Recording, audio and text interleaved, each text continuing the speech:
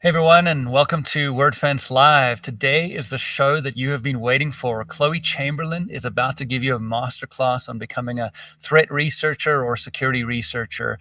In the security world, we have two kinds of hackers. The one we call script kiddies, and they're just folks that reuse exploits and scripts that other researchers have created. The really badass hackers actually do the research and create the proof of concepts. And the good hackers actually give that research to the vendors and help secure the internet. So you are about to spend an hour with Chloe Chamberland getting a masterclass on how to become a threat researcher. Let's get started.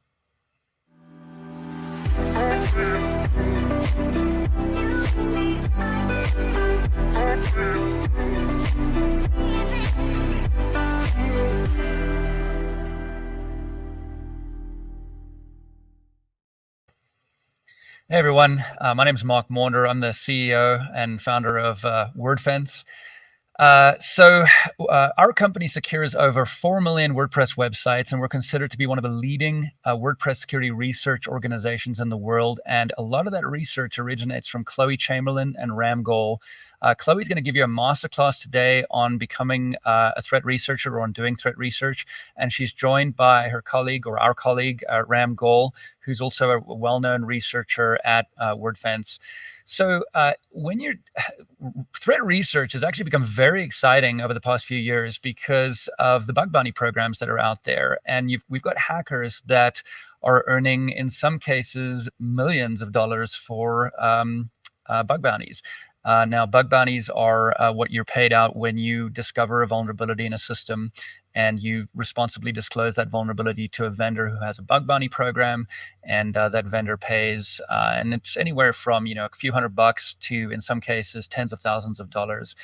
Some of the interesting stories as far as bug bounties go is Matt Barry found a stored XSS vulnerability in the syntax highlighter evolve plugin. Matt is one of our team members, and he was paid a bug bounty by Automatic, and he was kind enough to donate that to OHSU, which is a hospital in Oregon, in memory of Alex Mills. And Alex was actually the original developer of Syntax Highlighter. And Alex sadly passed away in 2019 from leukemia. He worked for Automatic and was quite a prolific member of the WordPress community. So Matt donated his bug bounty there. There was a Microsoft account hijack vulnerability that earned the bug bounty, the bounty hunter, the threat researcher, in other words, about $50,000 for that. Facebook paid an $80,000 bug bounty for a vulnerability found in their CDN, their content distribution network. And looks like Natalie Silvanovich of Google's Project Zero earned $60,000 for a bug in Android Messenger. So, I'm just kind of teasing this a little bit to get you excited, because this isn't purely academic research, and it's not just, you donating your time for the good of the community, which is, of course, awesome. This can actually be very lucrative, and I can neither confirm nor deny that Chloe may have earned quite a few bounties herself from external organizations. I'll let her expand on that if she chooses to. Argentina's Santiago Lopez was the first person to top $1 million in earnings on HackerOne's platform. HackerOne is a bug bounty or a bug reporting platform, and I think Chloe might describe a bit more about that. And Santiago actually got his start by watching YouTube and YouTube videos and reading blogs on his own. So very much the same way you might be getting your start today, watching Chloe and getting schooled on how to become a threat researcher. HackerOne said that 9 hackers made more than $1 million each. One Romanian man who only started bug hunting 2 years ago saw his total earnings to date top $2 million. And so yeah, there's gold in them there hills. As always on Wordfence Live, we have a swag question, and our swag question today is, what does CSRF stand for? And the answer is multiple choice. The first 5 people to answer correctly in the form, not in the chat. Don't post the answer into the chat. I know you're typing right now. Don't do it. We're going to post a link to a form, and click on that link, and you'll have a multiple choice question. And if you're one of the first 5, you'll win the swag prize, and we'll announce the winners at the end of the show. Right. So Chloe, are you with us? I am with you. There you are. How are you doing today? I'm doing good. How are you? I'm good. I'm good. It's always a pleasure to be on the show with you. So, this show came about because of something that happened on Reddit. Do you mind sharing that story? Yeah, so there was a post on Reddit. Someone was just asking how to do a secure code review of a plugin that someone else had built for them, just to make sure it was secure and everything for the WordPress site. Kathy sent it to me one morning because she saw a tool in there, and she was like, "Have you heard of this tool?" And we had a little conversation on that, and I actually read the thread, and I was like, there was a bunch of people saying you can't really do it unless you're a developer. If you don't have experience, you're not like you can't do it. And my experience is that you can do it even if you're not a developer. There's certain little things that you can look for. So I tried to give as much advice as I possibly could without overwhelming the person, and giving them really simple, easy things to kind of look for, just to get an idea. Even if you can't figure out how to exploit the vulnerability, you could understand, that this is a flaw. So, seeing a post variable that doesn't have a sanitized text field on it is likely going to be vulnerable. So yeah, that's kind of what sparked this now, is we want to take the time to show you guys what to look for if you want to become a security researcher, what you need to do, because like Mark was saying, there's the potential for a lot of money out there with bug bounties and such. And WordPress is open source, so you get access to the source code and you get access to the functionalities of the plugins and themes and whatnot. So you have the ability to understand why these vulnerabilities are vulnerabilities while looking in the code, so that you can understand how to exploit them better, how you can find them in the code, and how you can find them in the front end. So I think it's a really great place for people to start getting into security research and just getting familiar with the stuff. And then eventually you can go on and become one of those millionaire bug bounty hunters if you want to. It's not as unachievable as one might think. Yep. Chloe, I read your comment on Reddit and your reply to that post, and I thought it was absolutely spectacular. We'll post a link in the show notes to Chloe's comment there. But what was interesting is the original post got about 20 upvotes. Chloe's comment ended up the top comment got 66 upvotes. So just really, really popular considering how much exposure the post got overall. Chloe, so how did you actually become a threat researcher? Well, I think you remember.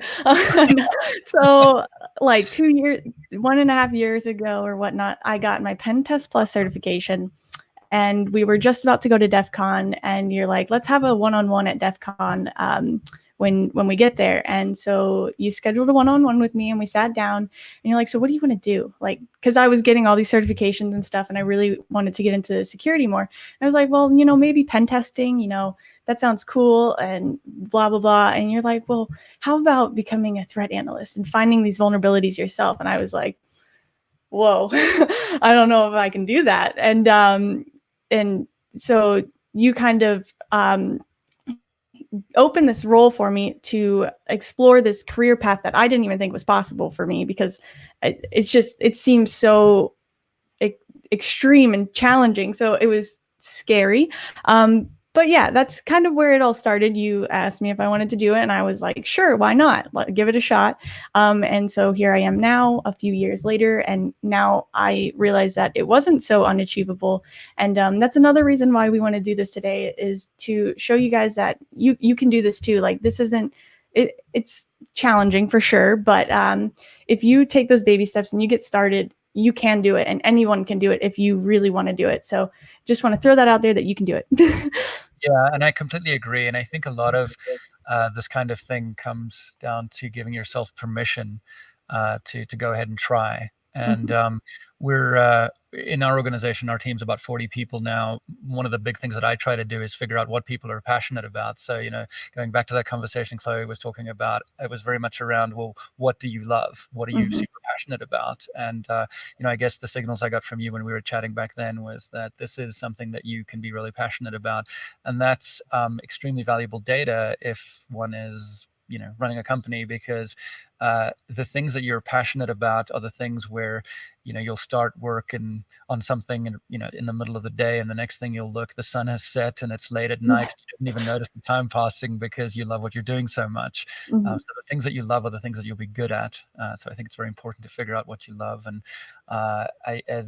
for anyone watching this, if you're interested in becoming a threat researcher, I would say question, the first thing to kind of evaluate is this something that you love? Do you really enjoy poking at other people's code and kind of getting a handle on it? I think it might be a good time to bring Ram in at this point. Ram, are you around? I am. Hi. Awesome. So what was your path to becoming a threat researcher? Honestly, last company I worked at, I just happened to find a cross-site scripting vulnerability. Got a small bug bounty for it, donated it to the WordPress Foundation, actually, and just sort of didn't really follow up on it. And then I, came to Wordfence and Defiant and at a QA role. And as I got better at reviewing code and finding things that might be wrong with software, I noticed that I was finding vulnerabilities in other people's plugins a lot. Right. And I guess, threat research to a certain extent is a bit of a QA role, isn't it? I mean, really, it's just doing QA on other people's software and finding the particular type of, as you call them, celebrity bugs that happen to be useful for attackers. For sure. Yeah. Yeah, cool. And just for context, if you're not in the software industry, when we say QA, we're referring to quality assurance, also called software quality assurance. And it's a step that any sensible organization, including ourselves, takes software through where you're trying to break it. And as you find bugs, you send those bugs back to the developers and they fix them until the code is stable and then it's ready to ship. And it's not an adversarial process where QA is sort of running into a developer's office going, "You're an idiot," as much as it might be tempting to do that. It's very collaborative. And so, developers are enthusiastic to ship code that works. And so QA is a very, very valuable part of that team that makes that happen. So Chloe, I guess one of the things that's impressed the heck out of all of us is the amount of, or the number of credentials that you've acquired in the past few years, and some of those credentials are very hard to get. We're talking 24-hour exams in some cases. Can you? And I know that you're a very modest person. And so I apologize for putting you on the spot here. But I think for anyone who's watching this, it would be very helpful to understand what your academic path has been, what the credentials are that you have, and a little bit about each one, and then how the industry perceives each of those credentials, if you wouldn't mind. Okay, yeah. So let's get started with the beginning. So the first one I got ever was Security Plus. Highly recommend it to anyone that's interested in security, no matter what field it's in. It's a really good foundational certification that covers, what's the CIA triad, which is confidentiality, integrity, and availability, which is what we're always trying to secure. And it's a lot of just general, security concepts. And so I think that's a very important one to get when you're just getting started out and getting familiar with security and wanting to learn more. That's actually the first certification I got, and it was the one where I realized that security isn't as challenging as it seems. It is challenging, so I don't want to say it's not challenging, but I grew up with my parents both in the security profession and on the computers all the time, and what they were doing always just looked so crazy to me. So Security Plus is like a really good, this is where it starts and this is what it looks like. So it's not always, code running across the screen or things like that. So yeah, that's the start. I'm going to start with the CompTIA certifications. I have all 4 of them. So the next one is CYSA Plus. This is Cybersecurity Analyst Plus, and that one covers, reading logs, like analyzing security incidents and things like that. So if you want to get into blue teaming, is that the right one? Blue teaming? Yeah. Sorry. Then that would be a good one to get because that's more proactive defense rather than like penetration testing and testing systems and things. So that would be monitoring systems and running vulnerability scans and things like that. So I would recommend that for that. And then there's Pen Test Plus, which covers, penetration testing, which is testing systems for vulnerabilities and such. It covers the process to go through. And so that one's important if you want to, I would recommend that actually if you want to get into security research and such, because that's a good one to give you an idea of, what processes are like when it comes to security testing. And then the last one they have in their security thing is CASP plus, CASP plus.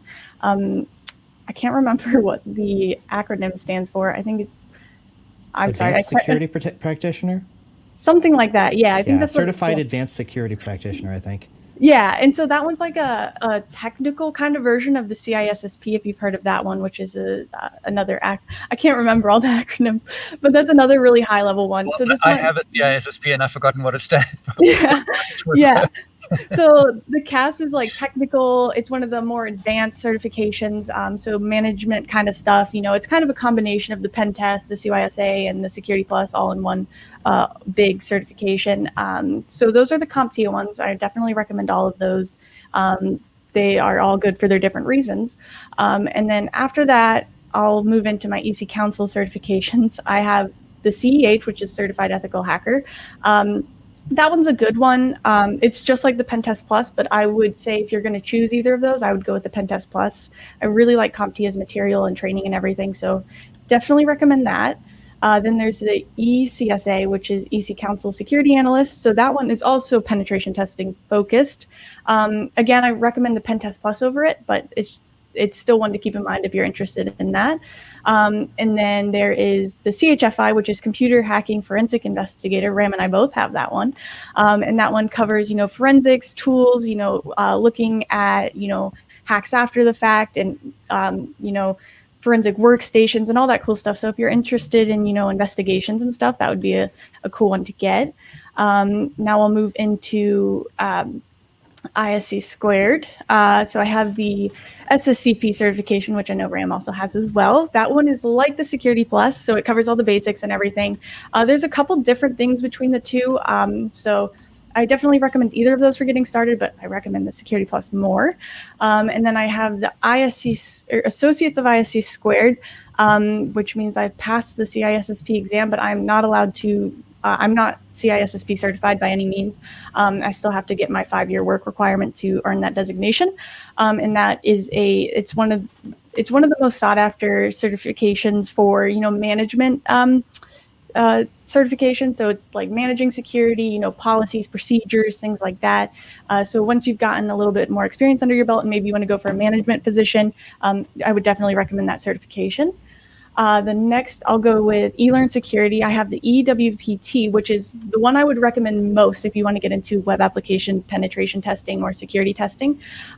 It covers cross-site scripting vulnerability, SQL injection vulnerability, hands-on how to exploit them, how to find them.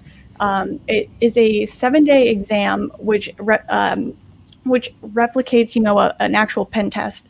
So you have 7 days to work on this environment, find all the vulnerabilities, write a report, and then you submit that report, and then they'll give back your results. So I highly recommend that one for sure if you want to get into vulnerability research and penetration testing and web applications in general. And then we have offensive security certifications. I have the OSCP, which is the most sought after one for penetration testing in the beginning. So this covers, buffer overflows and exploiting web-based vulnerabilities and all sorts of different things. It's really general, network penetration testing. Super, super cool. And I really, really, really, really, really, really, really recommend it. That's a 24-hour exam, right? Yeah, 24-hour exam proctored, so you have someone looking at you the whole time, which is fun. But yeah, that one is 24 hours. That one's incredibly difficult, but you can do it. I'm telling you, you can do it because I didn't think I could do it, and I did it. So you can do it too.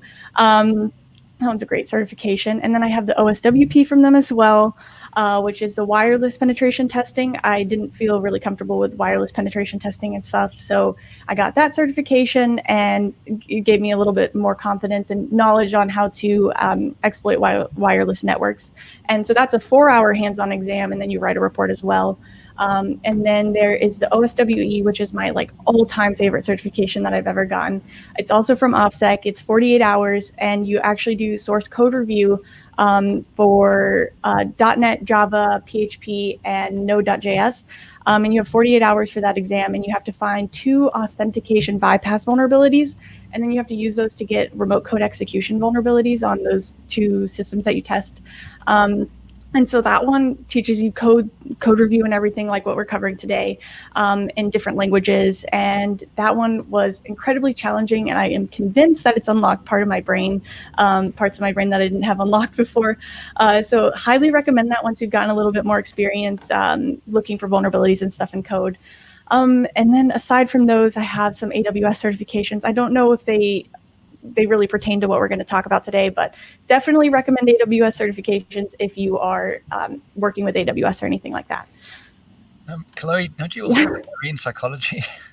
And I have a degree in psychology, and then I did get my master's in cybersecurity as well. So, yeah. Right. Yeah, and so to be perfectly honest, if anyone from ISC Squared is watching this, I have a CISSP. Chloe doesn't have one because she doesn't have that 5-year work requirement, and yet, Chloe, you are one of to be quite honest, you might be the top threat researcher in the WordPress space in the world, both in terms of credentials and in terms of some of the stuff that you've discovered. I know that Matt Barry's mentored you over the last couple of years, right? Yes, he's amazing. He's literally taught me pretty much everything I know for like vulnerability research, and I owe so many thanks to him for teaching me everything that he knows. And now I want to, take what he's taught me and start teaching other people as well. So yeah, and I think you've done that. You've mentored our team a lot. You've kind of moved into that role. You've begun to play more of a strategic role in our organization. Just to circle back to the point I was making, I think ISC really needs to get the act together because in our organization, we don't artificially limit our team's growth based on the amount of time they've been here or seniority or anything like that. It just comes down to, capability and outcomes. And Chloe, I'm not going to share your age with the audience as a courtesy, but you have been your progression has been absolutely spectacular. And I think the certification boards need to perhaps change the structure a little bit. But I think thanks so much for that. That was super helpful. Ram, I don't know about you, but I feel a little intimidated by that list. Excuse me. Yeah. What do you want to share your credentials? I might not share mine because I only have a handful. Yeah, I agree with. I can definitely agree with Chloe on the CompTIA certs are actually much higher quality than one would expect. I do have the Security Plus, the Pentest Plus, and the CYSA Plus, in addition to the traditional tech entry level A Plus and Network Plus, and they're very good. Apart from what Chloe mentioned, I also do have a GWAPT, which is a GIAC Web Application Penetration Testing cert, which kind of got me started and interested in this whole thing in the first place. And an ECES, which is an EC Council encryption specialist, which is basically just knowing which algorithms are, okay to use and which ones you probably don't want to use. But I do have quite some catching up to do with Chloe, who is a veritable force of nature. Yeah, but you both have a sort of a long string of compelling research that you've published, which is very impressive. And I think it's gotten a lot of attention out there and has done a lot of good for the WordPress community. So I think that also, there's the sort of academic side of things, and then there's actually applying the skills that one acquires. And I think there's a lot of learning that happens when you're doing that. And you both obviously do that regularly on the Wordfence blog. You can find that at wordfence.com/blog, and you'll notice that the majority of the posts there are actually Ram and Chloe's research, and some of it is, I think, all of it is really groundbreaking stuff. Ram and Chloe are regularly covered in ZDNet, Bleeping Computer, I think ThreatPost, other major cybersecurity publications. So you guys are doing an amazing job. So Chloe, let's dive into the masterclass. What's the structure of today's conversation going to be? Yeah, so I've created a Trello board for today. So it's going to basically have a couple different sections. What we're going to cover is getting started. So, the tools that you should use and download, some resources to help get you started. Then we'll go into, what are some of the most common things to look for. We'll explain a little bit about each of these vulnerabilities and why you need to make sure that they're not there, and what are some things to look for when you're looking for those. So I'm going to get started, and I'm going to share my Trello board with you just so we can give you an idea of what this is going to look like to start. Awesome. Let me go ahead. All right, now I have that shared. And so what my plan is to finish this sometime this week, hopefully, and then share it with the world. So I want to tweet this out so that anybody can use this template to get started, and then they can use it to find vulnerabilities and such. So I will refine this and I will share it with you all later, which is exciting. And so just to show you real quick, we have getting started as a researcher in this column. And then we have, setup complete. So once you've set up Burp, you can put it over there. Once you've set up VS Code and PHP Storm, you can put it over there, things like that. And then once you've completed your training, you can put it over here. I think that makes it a little bit fun being able to drag and drop. And then so you'll have your different things to look for over here under things to check for. And, once you've completed those, so you could say currently investigating, you could put it there. Once you've fully checked it and you've determined that it's secured, you could put it there. If you figured out there's a vulnerability, you could put it in this column. And then if it's not applicable for some reason, you could throw it over there. So this is the Trello board we're going to be working with today, and I'll be sharing it later. So do you guys have any questions on that? Yeah, what are the comments looking like? Do we have any questions coming in? Let's see. Well, our internal chat over here is fairly quiet, so I think we'll wait for our producer to, or Kathy, our exec producer, to post anything. But by all means, if you have any questions at this point, post them in the chat, and we'll grab them. But Chloe, so should we chat about tools of the trade and what a prospective threat researcher might need to get started? Yeah, for sure. So the first most important tool that you're going to want as you do this is Burp Suite. If you're going to be a web application security tester, penetration tester, whatever you want to call it, you need Burp. It's like the greatest thing ever invented, and it's what I use every day. And so what I'm going to do is I'm going to show you what that looks like over here. So here's Burp Suite, and what it is it's a proxying tool that allows you to see requests being sent. So when you're browsing a site, there's a bunch of requests being sent that you don't really see on the front end. And so this is a really cool tool to give you visibility into that realm, and you can see those requests being sent. And then you can capture them. You can send them to the repeater tab, and then you can manipulate the request and send them. You can put it over into the intruder tab, and then you can send different payloads and stuff to test for, cross-site scripting vulnerabilities and things like that. There's crawling tools that will crawl and try and find some vulnerabilities in there too. So there's a little bit of automation in there. So let me go ahead and turn on my proxying settings so I can show you what that looks like in real life. Go over here, turn this on, apply, and we'll go over here, and I'm going to do WordPress security research, I think. I can spell today. Security research. There we go. And my proxy is not set up properly, so we'll go over to the proxy tab. We'll go to options. This is set to 8081. Okay, HTTP history. It showed up here, so something odd is happening. 1 second. This is one of the things I really admire about Chloe. She does a lot of demos on these live shows, and every single time, Chloe just calmly works the problem and gets it sorted out. And I guarantee you, I would completely freak out if I was doing this. I am terrified of doing demos for that exact reason. Right. Let me just test something. Okay, so it's just that site that's not working. Wonder why it's not working. And incidentally, since so many mobile apps use API endpoints as well, you can use Burp to pen test mobile apps too a lot of the time. So Ram, while we're sorting that out, I guess Burp allows you to inspect HTTP requests by kind of injecting itself into the transaction, right? Correct. Basically, you insert yourself as your own man in the middle. And because you're doing it at such an early point in the process, you can do it for requests to like HTTPS sites as well, which is kind of special. Yeah, and I guess if you're going to monitor HTTPS traffic, you need to give Burp the secret key so that it can decrypt. Is that right? Yeah. You basically get your own add Burp certificate so that you can basically tell it that, hey, the certificate is trusted. Let's decrypt this information before we send it back on. Okay. All right, Chloe, I'm watching your facial expression. It looks like you figured something out. Yeah, so I had to reboot my machine before I started streaming and everything. So I had forgot to turn on my testing environment. So I'm going to take this moment to tell you one of the other things that you need to have set up is a WordPress testing environment. I use what's called VirtualHostX, and it makes it super easy for me to create a bunch of different web applications, and I can just deploy them in one click. And I think it costs something like $59 or something. There's free ways to do this, so you don't have to do this way. But this is what I like to use to create my test environments, which is needed because you want to be able to access the code locally to do your testing and such. So that's one tool that you need.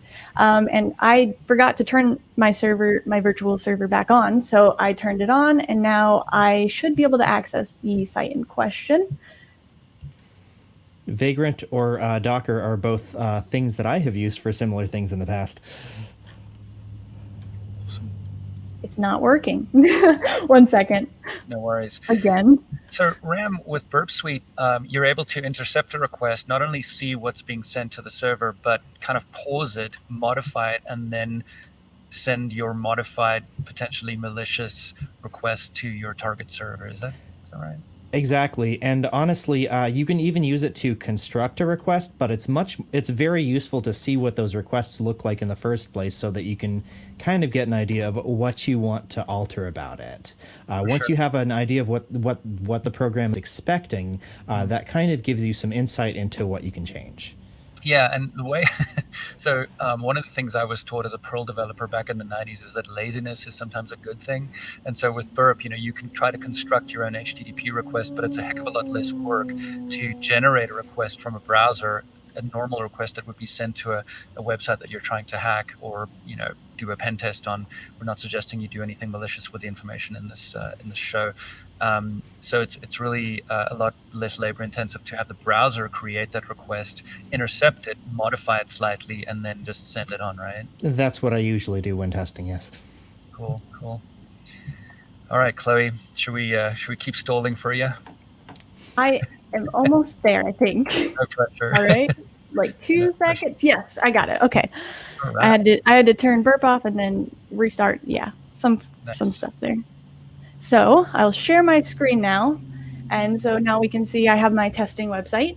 And so I'm just going to go around, browse to a couple of different things. And then once we go back over to Burp, which is over here, and go to HTTP history, you can see these requests in here.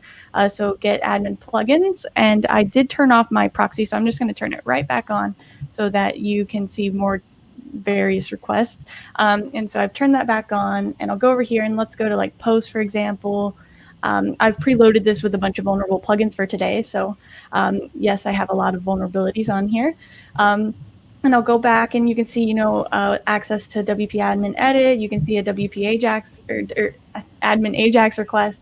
And so what's cool is I can right click this, send it to repeater, and then I can manipulate this. So I can just, change heartbeat to K and then resend it. And then I get a bad request because my action is invalid. And so this is what requests look like being sent, HTTP requests and such. And then you have your cookies here. So those are like when you log in, your browser is going to set cookies. And so these are those cookies, and you can manipulate those to change them to, a contributor account or things like that.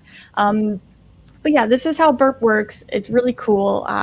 One of the best tools you can have, and probably the only tool you really need. But yeah, is there any questions on Burp? Yeah, that's awesome.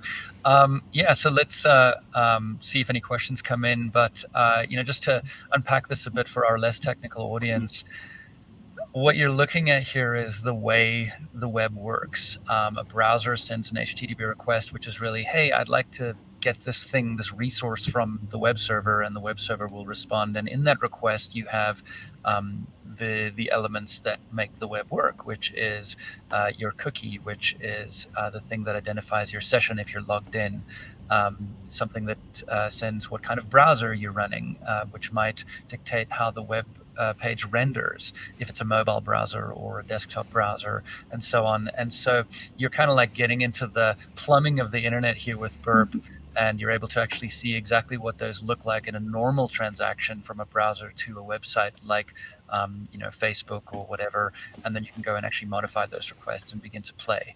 And every single one of those things Mark just mentioned is a potential injection point. Totally, yeah. And when I say play, you can begin to break things.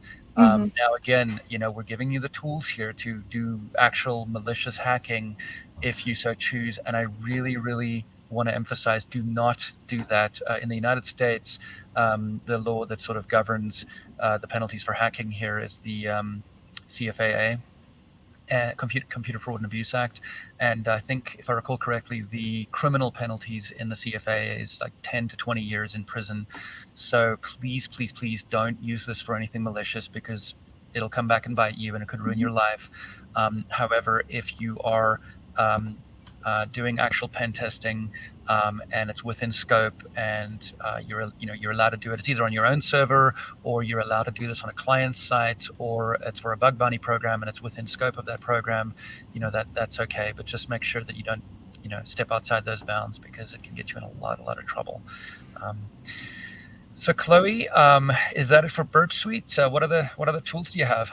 Yeah, and just to say, when you first install Burp and play with it, it's okay to feel totally overwhelmed and be like, what is this? Because I did the same exact thing when I installed it for the first time. I'm like, I don't even know what's going on. But once you play with it more and get more familiar with it, it will become more easy to follow and work with. So just throwing that out there, just so you know, you're not alone. And so the next thing you need it pretty much is a code editor or IDE. And so I recommend PHP Storm or VS Code. I've used both and they both work pretty well. So I believe VS Code is free and I believe PHP Storm is paid for. What I'm showing you right now is PHP Storm. And so what this is a way for me to access, all the different files and everything. I can read the code in here. You can search and everything. You can see the plugins, go through all these different codes and everything. And one of the nicest parts about this is the ability to use a debugger with it. There's other ways to set these things up, but I'm giving you like the easiest way and the way I got started, I guess, which is why I think it's the easiest way.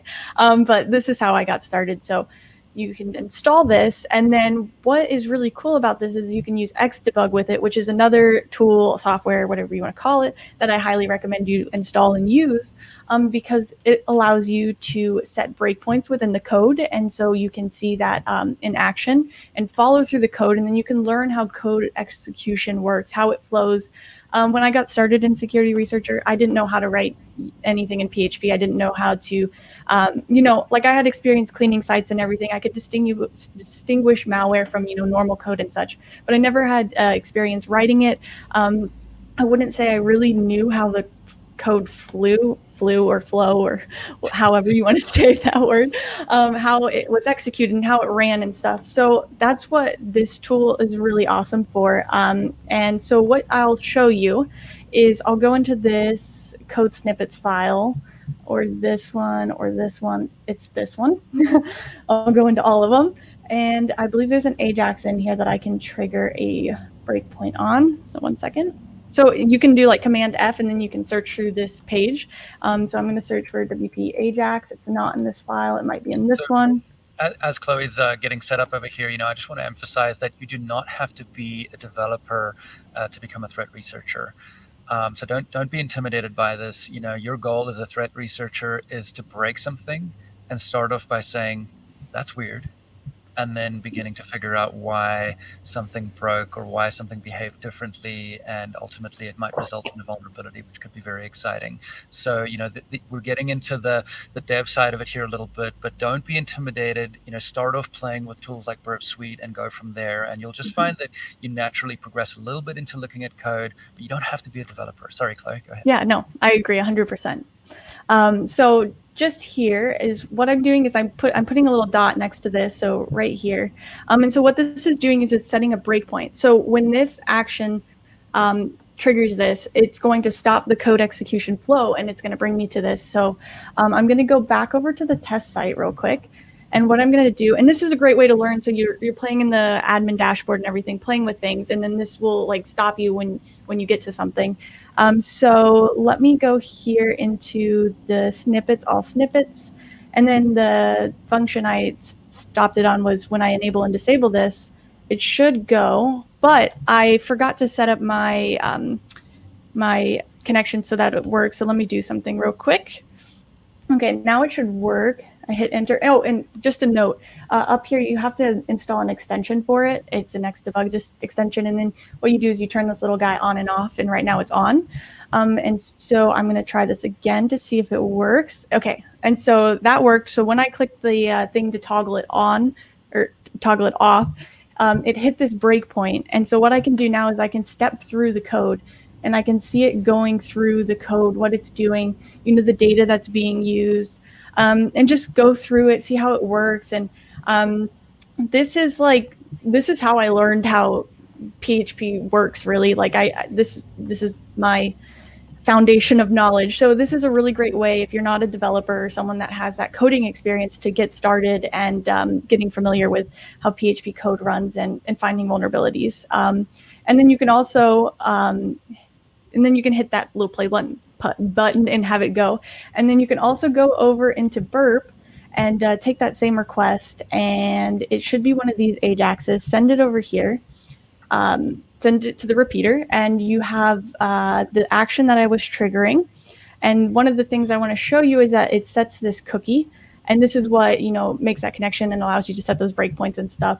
And so you can do the same exact thing in Burp and test responses and such, and then get those breakpoints. And so this just is a really good way to get familiar and then test for vulnerabilities, follow flows. One of the several vulnerabilities I found, I've been able to distinguish why they were vulnerabilities and such because of this. So yeah, so the 4 major tools you need are going to be Burp Suite, a IDE or code editor, or whatever you want to call it. So I recommend PHP Storm or VS Code. And then you need XDebug, and what was my last one? Testing environment? I think. Yeah, you need a testing environment. So you can do those in several different ways with VirtualBox, Vagrant, all sorts of different stuff. But I use VirtualHostX, so I can recommend it. And Ram, I'm sure you have some tools that you use and would like to recommend, maybe? Realistically, the ones that you've listed already, I do use Visual Studio Code because it's free and open source and portable. Or is it open source? I don't know. And Burp, but I spend most of my time in Burp Repeater. Yeah, me too. Awesome. And yeah. Shout out to my VI peeps out there. That's my code editor of choice. Yeah. And I mean, if you just do a search for WordPress Vagrant box, you can find something where you can just download it and run Vagrant up, and it'll set up a WordPress environment for you on your local computer. Cool. So just to talk scheduling for a minute. So we're at 40 past the hour, and we're about a third of our way into this. So Chloe, I think what I want to do is give you as much time as possible and not kind of rush you, because this is amazing. And I think that folks who are interested in becoming threat researchers are getting a heck of a lot out of this. So let's take our time, and we'll see how we go. And I suspect what we might do is at some point say we'll call it, and then we'll extend it into next week's show. What do you think? Okay, that sounds good. Yeah, okay. And we'll just assume that Emily, our producer, is going to be okay with that. Guess what's happening next week? But yeah, that way we're not rushed. But so in terms of resources to learn, what are some resources that folks can use to get started? Yeah, so I'll go back over to my Trello board real quick, share my screen. Where is it now? Okay, over here, and need to click share screen first. But I have it over here. And so let me go ahead and just say we set up our test environment. We downloaded Burp. We have a VS Code or PHP Storm. We set up XDebug for debugging. Okay, so now we want to, get into some training and figure out what we need to learn. So some resources I'd like to share with you, and again, I'll publish this later so you can have access to all the links and everything, would be WP Scan's WordPress plugin testing cheat sheet. It's got basically what this is going to cover as well. So I used this when I was learning, and so I just wanted to throw that out there so people could use this. And it's got different code that you should look for and stuff. So that is one good resource. So I'm going to go put that into training complete. The next thing you should do is you should review the WordPress plugin security guidebook. There's also a theme security guidebook, I believe, but I think they're the same. So what you want to do is you want to review the guidebook, and it covers the things that you should be doing when you're developing a WordPress plugin or theme, the security things that you should be following.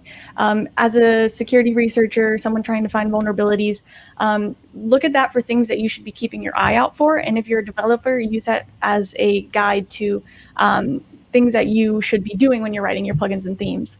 So that works both ways. I'll go ahead and move that into training complete. The next thing I want to cover is Portswigger Academy. It's from the creators of Burp Suite. Highly, highly, highly, highly recommend this. It is going to teach you, how web application vulnerabilities work. It's going to give you lab challenges that you can use Burp to, exploit vulnerabilities and such. So it's really great for getting familiar with Burp. And I would definitely recommend that when you're getting started. It's a really great resource, and it's totally free. So definitely check it out. And then we have the OWASP top 10. These are going to be like the top 10 web application vulnerabilities. So you should definitely know those if you're looking for vulnerabilities in coding. So take a moment to review those top 10 things. And then let's see, we have WP Scan. This is a vulnerability database of, most of the vulnerabilities in WordPress plugins, themes, and core. So when I was starting out, I used this I would pick out vulnerabilities and then I would figure out how to exploit them, how to write POCs for them, just so I could get a little bit of experience. So I recommend you do the same. You take a vulnerability from the database. There's almost always a POC with it. So that's a proof of concept, a way to exploit the vulnerability. So what you can do is you can take the vulnerability, install the vulnerable version of the plugin, and then you can try and find that vulnerability on your own. And then if you get stuck, you can look at the differences in the files. So you go to, there's usually a link to the change log, which you can click view differences, and then you can see, what they changed to fix the vulnerability. So then you can understand why the vulnerability was there and what they did to fix it. So you know how you can provide recommendations to developers making these, introducing these vulnerabilities on accident. And then as a developer, you can learn, from other people's mistakes and make sure that you don't make the same mistakes in your code. So yeah, definitely recommend going through those, picking out vulnerabilities and getting familiar with WordPress vulnerabilities. Recommended certifications, we already covered this a little bit, but for security research and such, I highly recommend EWPT, EWPTX. So EWPT is like web application again, cross-site scripting, how to exploit those and such. And then the EWPTX covers, filter evasion, bypassing WAFs and things like that. So it takes it to the next level. So I would recommend that one as well. Again, the Pen Test Plus, I would recommend the OSCP and the OSWE. We covered those earlier, so I'm not going to go over those again. But those are like the 5 ones that I would recommend. And then if you have no experience in security, definitely get the Security Plus before, because that gives you a nice groundwork and a foundation of security knowledge that I think is really beneficial to anyone. Then we have the Damn Vulnerable web app. It's an intentionally vulnerable website that you can go in and hack and stuff and get familiar with those web application vulnerabilities again, use Burp to exploit them and all that good stuff. So that's great. Then we have WordPress Security for Developers by Wordfence. We actually have a learning center on wordfence.com that contains a bunch of useful information. One of the sections is WordPress Security for Developers. So we definitely recommend checking that out, see what we've written there about, some of the common vulnerabilities and, what you can do to prevent those. And then Wordfence tutorials. I also have a list of some of the previous Wordfence lives we did that covered, exploiting vulnerabilities, how to find them and some common coding flaws. So I've gathered a list of those, and then we have a bunch of walkthrough videos of exploiting vulnerabilities as well, which is going to help you, learn how to exploit vulnerabilities and such. So I've also included that there. I think that's all we have for, resources and training to use. Ram, do you have any other recommendations for training and resources? Just that, if you're curious about how all this works, I would honestly start with the Damn Vulnerable web app and Burp Suite, and you don't even need to worry about certifications yet if you don't want to. Don't necessarily go, I need to get a Security Plus before I start doing this. Nah, just start poking at it. Yeah, just give yourself permission to play and explore and have some fun and take it from there. Right, so moving on to finding vulnerabilities. Ram, so why do plugins and themes have vulnerabilities? So, everyone's human. Everyone makes mistakes. And this applies to writing software. I don't know if any of you have ever written, like a paper or an essay for like an assignment. I suspect most of you have. First draft is going to have typos or grammar errors. And I'll usually help edit everyone's blog posts here, but that doesn't mean that my blog posts don't need editing too. I'll have typos. And we talked about laziness being useful for developers, but it's also a double-edged sword. And that's because usually the easiest way to do something is also the least secure way to do something. It's like, why not just make this function available to everyone? There's a lot of good reasons why not. But yeah, people make mistakes when doing literally everything, and we're terrible at spotting our own mistakes. And so that applies to software. Always have someone else review your code at the very least and maybe test it too. And there are bugs, and then there's celebrity bugs. Right, which are vulnerabilities. So in defense of developers, Chloe, I guess, is admin is a good example of the kind of honest mistake that developers can make, right? The is admin function in WordPress. Yeah, absolutely. It literally says is admin. So you would just think naturally that it means is the user an admin, but no, it actually just means is a request coming from an admin dashboard, which authenticated users can access. So that one's a totally honest mistake, and I can see why that happens. And you can even bypass that check without being signed in on certain endpoints. Yes. Yeah, is admin, I think, is responsible for a lot of vulnerabilities. I don't think I ever wrote a vulnerability by being confused by it, but it certainly confused me the first time I saw it. You just intuitively think, oh, it's a way to check if someone is an admin. No, it's got nothing to do with it. So yeah, super common pitfall there. So Chloe, why should one review your code as a developer or a security researcher? Well, so WordPress, as you know, is powering like over 41% of the web now. So people are using WordPress plugins, themes, and etc. to build their WordPress websites. And so a lot of these people don't know necessarily. Honestly, some of them don't even know much about security at all, let alone that these plugins that they're installing can have vulnerabilities that could lead to their entire site getting wiped. So basically, it's really important for you as a developer to make sure that you are taking the time to put these secure products online, because these users are trusting you, and you don't want to take advantage of their trust or wrongfully let them trust you, because a lot of people are powering their livelihoods with their site and things like that. So it's very important that you're putting secure products online. And of course, accidents happen, so it's okay. You're not like a horrible human being for accidentally putting a vulnerability in your code, because accidents happen, and that's how life works.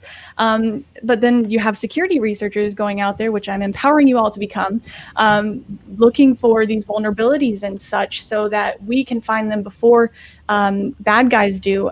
So it's important that developers try their best to put out these secure codes, and it's important for people to review these plugins, because they're openly available, to find these vulnerabilities before other people do. So that is why we should. Yeah. Yeah, for sure. So I just want to emphasize, if you're a developer, you're going to write a vulnerability at some point. Yeah. If you're writing enough code. If you've never written a vulnerability before, you just haven't coded that much.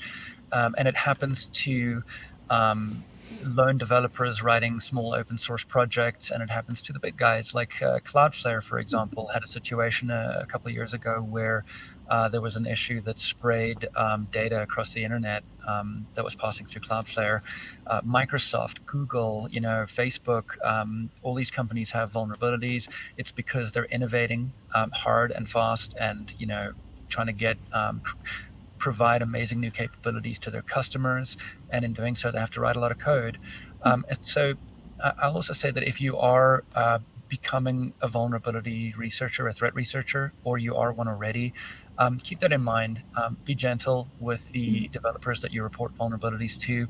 I've been in the security space since the early 90s, and I think particularly in the sort of older days, the olden times, there was a kind of scorn that was poured onto developers by researchers. Sort of, oh, what an idiot! You've written this vulnerability and you put the web at risk or something like that. But if you're a mature threat researcher, you understand that it's just sort of the natural course of software development. And these things happen. So when you reach out to them, be professional and be kind, and just say, hey, found this issue, wanted to collaborate with you to do responsible disclosure, and and so on. So just wanted to mention that. But Chloe, so where do we see the potential for new vulnerabilities in themes and plugins? Yeah, so there's potential everywhere. So let me get started. We are going to, so the first thing you should do when you're getting into research, looking for something, you should compile a list of all the action hooks available, or like in a plugin. So I'm going to go ahead and share my screen again. There goes the cat. Yeah. And so on the first thing to check for, I have find all action hooks. And I just realized I forgot to say another important tool that you should use is get familiar with terminal and how to, use it and stuff. I'll show you how to use it in a second here. But that's an important tool. It's on your computer. And so, yeah. So the first thing you want to do is compile a list of all the action hooks. So let me go ahead and show you. The command I have is grep-r add action -- color. So what this is going to do is it's going to search through a plugin for all instances where there's add action. And I'll go ahead and show you this in action real quick. And then go over to my terminal window, which is here. And so what I can do is I can paste this here. Well, I probably shouldn't search my entire computer for add action. So what I need to do first is I need to change into my testing site directory, which was security research, I believe. And if you're not super comfortable with the command line yet, you can do all this in PHP Storm or Visual Studio Code as well. This is just sort of one of those, oh crap, I just thought of something to search for, or let's see all of them kind of deals. Yeah, this is my preferred way of doing it. But like Ram said, PHP Storm is also in VS Code is really easy to do it there. So I might be giving you a way that's a little more challenging. So sorry about that. But what I'll do is I'll go ahead and I'm going to change into the WP content directory, because this is where all of our, if I can spell, this is where all of our plugins are housed. And I'm going to go into the plugins directory. So I'm here now, and I'm going to, so CD means change directory. So I'm changing into these directories. And I'll go ahead and LS, which is going to list all the files and folders. And so right now I have all these different plugins installed. So I'm just going to go in to WP Central, because I think that's the smallest plugin in there. And so I'm going to clear my screen because I just like working with a clear screen. So you just run the clear command. And then what I'm going to do is paste that search in now, and then I'm going to run it. And so now I have a list of all the add actions in this plugin. And what I would do is I would copy this, right click copy, and then I take it back over to the Trello board, and then I could just throw in the comments, a list of all of these actions, and then hit save. And so now I have a list of all of these, and this is going to be helpful for us as we're looking for these vulnerabilities. So a hook is basically a way to, trigger code from certain actions. Ram, is that a good explanation, or do you have a better one? No, your explanation is great. Realistically, the only thing that, experience really helps with is figuring out, which of these lead to which kinds of vulnerabilities. So yeah. So like some of the things to look out for, are admin init, WP Ajax. We'll cover this shortly. But yeah, just compiling a list of these is great. And so you can use this to go through and find parts of code that can be triggered by users. So I think that's about it for, just kind of getting started to start your investigation. So I think we're going to take a look at one of the first flaws that we find very commonly, which is authorization flaws. Do you want to take it from there, Ram? Sure. And I think Chloe may or may not have a demo for this, but one of the major issues we look for is, software not actually checking to see if a user is authorized to do an action. And a lot of the really impactful bugs we see stem from authorization issues. So, there might be a cross-site scripting vulnerability or a SQL injection vulnerability, but those aren't going to have the same kind of impact if only an administrator can do it, whereas if someone can bypass the authorization check and grab info that only a user at a higher level should be able to do, that becomes a much bigger problem. That sound about right, Chloe? Yeah, I think so. I agree. And so the things that you're going to want to look for when it comes to authorization issues is, let me go ahead and share my screen again, get you the Trello board. And someone I saw asked what the color at the end of my command was when I was searching. And basically what that does is it adds color to highlight, what I was searching for. So this add action, it adds color so I can see that. It just kind of makes it a little bit cleaner and easier for me to follow. So I like to throw that in the command. So I'll go back over. And so under things to check for, we have check for authorization issues. And so what we're going to do is look for some of the most common hooks. So, we've gathered, our list of hooks. Some of the most common ones we find flaws in are going to be WP Ajax or WP underscore Ajax, WP underscore Ajax underscore no priv, admin post no priv, admin init, profile update. And I just want to stress that there's way more than that. These are just like the most common ones we find issues with. So those are the ones you should focus on the most until you get a little bit more comfortable. So WP Ajax is basically a way to load things without the page having to fully refresh. So developers use that quite often. And then if you add a no priv to it, the user doesn't need to be authenticated to the site, so they could be unauthenticated and run it. We sometimes find that people use that for functions that should be sensitive, and there's no capability check, so that's a flaw there.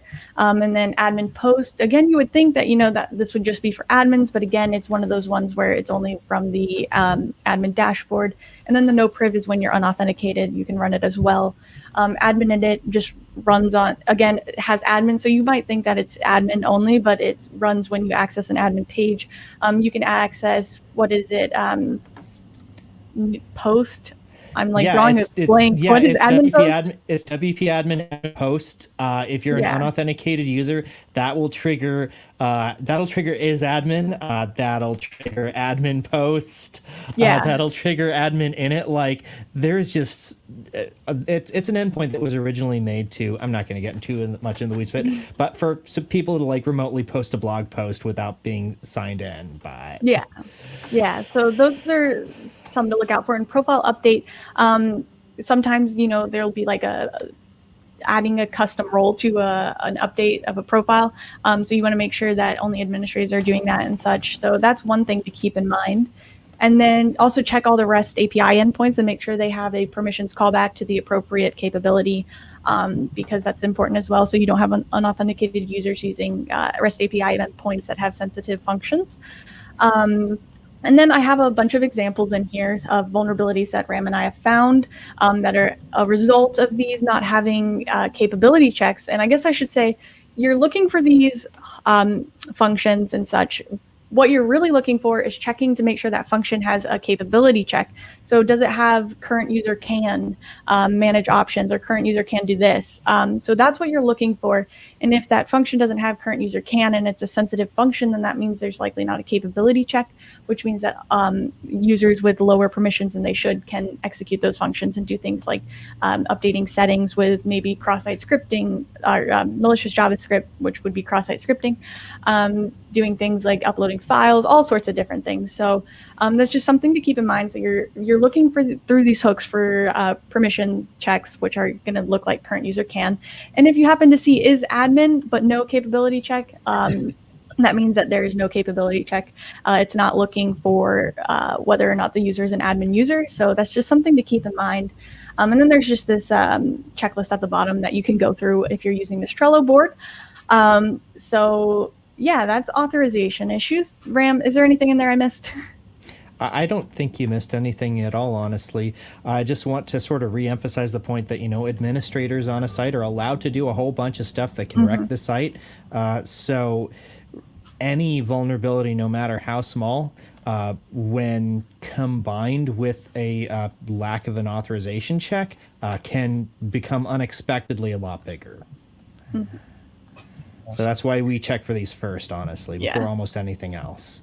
Yep. Is because if we find something that where a user can do something they're not supposed to, there's all sorts of ways they can leverage that might not even be super obvious. Like they might be able to turn off a security setting that'll let them exploit a different vulnerability. It just so many ways. The most recent one, I think a blog post went out for last week or the week before that, was actually WP Ajax, no priv, that allowed you to generate nonces. So at first glance, that doesn't seem like that much of a problem because nonces are for cross-site request forgery protection. Keyword there, if you got the swag question, is for cross-site forgery, cross-site request forgery protection. And so sometimes developers will use nonces as access control, even though they technically shouldn't be using them as access control. It does technically work to some degree if that nonce doesn't get disclosed, but in the case of this no priv Ajax, that nonce could easily get disclosed. So yeah, there's just something to keep in mind there. Well, cool. Let's dive into CSRF in that case, Chloe. Nice segue there. Awesome. So I'm going to do check for authorization issues. We have fully checked it, and let's just say it's secure for now. So the next thing you want to do is check for CSRF protection. And now let me go ahead and tell you what CSRF is. CSRF stands for cross-site request forgery, which is a vulnerability that essentially allows an attacker to forge a request on behalf of an administrator if they are authenticated to the site. So, for example, let's say I'm logging into my WordPress site. There's a link there, and an attacker, if there's no nonce protection on a function, an attacker can craft a request that will send once that user accesses a page or something. So essentially, I'm trying to explain this in the best way possible. An attacker can send a request as the administrator that's logged in, even though they aren't the administrator that's logged in. Does that sound not too overly complex? Yeah, it's kind of like setting up a button to do a thing the attacker wants and tricking the administrator into pressing the button because it's got like a fingerprint scanner that only they can press. That's a weird analogy, but I think it works. I think so too. So when it comes to CSRF protection, what you need to look for is you need to find those hooks again, and you need to find those functions, and you need to go and look in those, and you need to look for the presence of WP_verify nonce, check Ajax refer, check admin refer, see if those are there. If those functions aren't there, then you likely have a CSRF vulnerability on your hands because there's nothing there verifying that the request is coming from an administrator. And just to back up for a moment, a nonce is technically considered a number only used once. In WordPress, are not used only once, but that's what they're called. So a nonce is basically a way to say, it generates like a hash and stuff and pulls out a part of the hash and basically validates that a request is coming from a user. And so if you don't have one of these three functions inside the function, you're likely not getting any verification there that a request is coming from a legitimate session from a user, and it can come from anywhere. Were you going to add to that? Oh, I was just going to say that realistically, you can kind of think of CSRF vulnerabilities as they usually have the same impact as authorization issues. And the big difference between them is that authorization issues don't require social engineering. Cross-site request forgery issues usually do. But it's the same effect of attacker gets something done that only administrator should be able to do. It's just that with CSRF, they actually get the administrator to do it for them without them knowing. Yeah. So I'm a little rusty on this, guys, so help me out here if I dig myself a hole. But if I recall, Gmail had a CSRF vulnerability where an attacker could have you click on a link that would set an option in your Gmail account to, and I forget what it was, but it was something along the lines of forward all emails received to that attacker. Does that sound familiar? I don't know, but it sounds crazy. That would have tremendous impacts. Right, but putting the details aside for the moment, that would be an example of CSRF, right? Yeah. Yes. Okay. And so just to unpack that for the audience, you're logged into your Gmail account, you have Gmail open in your browser, you have a cookie set that when you click on something in Gmail looks at the cookie and says, yes, you are Mark Maunder or Chloe Chamberland or Ram Gaul, and you have the privileges to do what you're about to do. If an attacker can get you to send a HTTP request to Gmail, which would include all of those cookies and all of that authorization and authentication, and that changes something in your Gmail configuration that gives the attacker an advantage or an edge, for example, sets a filter that forwards all your emails to that attacker, that's an example of a CSRF. Yeah, perfect. Yeah. All right, thought I'd just throw that in there. All right, so you guys, should we wrap on CSRFs and chat about unsanitized user input?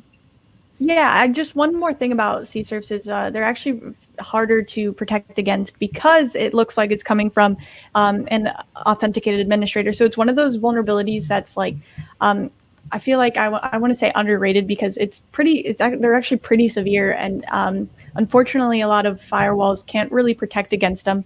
Fortunately, we do protect against some of them. Because I'm just gonna stop no, but there. it's interesting what you're saying, Chloe, because from a dev's perspective, you're when you're building in protection against a CSRF, you're having to inconvenience users to a certain extent. You mentioned nonces, a number only used once, as being a way to protect against CSRF. And the way that works is that when a WordPress page is generated for a logged in administrator, there's a nonce in that web page. And when the administrator makes a request to a URL that might expose some sensitive capabilities, for example, changing the fundamental options on the site, that administrator has to send back that nonce, which the site then checks to make sure that it's valid before it actually does whatever the administrator is trying to do. But again, as a developer now, you're having to introduce the concept of nonces, which is one more thing that can go wrong, that can introduce bugs. And so protecting against CSRFs is a little more challenging from a dev perspective. And just from a user perspective, if you've ever filled out a form and gotten the message, "Oops, sorry, the form you filled out is expired. Please fill it out again," Yeah. or the link you followed is expired, that's usually because you're filling something out that has CSRF protection, and the nonce is expired. Since it's usually based on like a certain time, the time's clicked over so that it's decided to use a new one. Right, and so the trick is to maintain usability while protecting your administrators and their websites. Well, cool. So, Ram, should we chat a little bit about unsanitized user input? Yes. So this is one of my favorites. I did mention that authorization issues lead to the majority of critical issues, but if we're just talking about just counts of vulnerabilities total, like how many like actual bugs that count as vulnerabilities exist, unsanitized or unchecked user input is really the number one thing. And this is because just about anything that a user can alter in any way counts as user input. How Mark was talking about, the cookies that the browser sends, or the user agent, so that the site knows what kind of browser you're using. Well, guess what? You can change those. And sometimes if you've got a plugin or something that, takes those values and sends them to an administrator to like record, oh, hey, this guy on, this mobile browser visited your site. Guess what? You can put JavaScript in that user agent sometimes, and if the plugin you're using isn't super careful to sanitize that out, you can get that JavaScript to run in the administrator when they check to find out what kind of browser you were using. Or when the plugin stores that user agent and runs a SQL query to store it away, you can run a SQL injection using that kind of thing. So, Chloe, what are some things that a threat researcher would look at when it comes to user input and sanitization? Yeah, so let me hop back over to my Trello board. And so we did check for CSRF protection. Let's just say, there was a vulnerability there, just because we want to say that. The next thing we're checking for is unsanitized inputs. So what you want to do is you want to verify all the inputs in a plugin from users are going to have the appropriate sanitization. So the things that you'll look for are variables, superglobals, like post, get, request, server. There's several different variations of server, so I just have that there kind of generally. Cookie, files, and you want to take a look for all of those. And what you want to do is you want to look to see if those have any form of sanitization. So you have things like WordPress has all these functions for you to make it really easy. So you have sanitize email, file name, HTML class, key, meta, MIME type, options, sanitized SQL order by. There's sanitized text field. I tried to bold it, but it's not bolded right now, so you have those stars around it. And I did that because this is probably one of the most common ways you'll see these being sanitized. So what you're going to be doing is seeing, does post have sanitized text field on it? If it doesn't, then it's not sanitized. And you want to make sure that it is getting sanitized, because if it ever makes its way to echoing itself to the page, then you don't want to have a cross-site scripting vulnerability there. And then there's a whole bunch of more down there. And then one of the other things to note is that administrators and editors have the ability to use unfiltered HTML, which is the ability to add scripting tags and such. So they should be able to XSS, as we would say.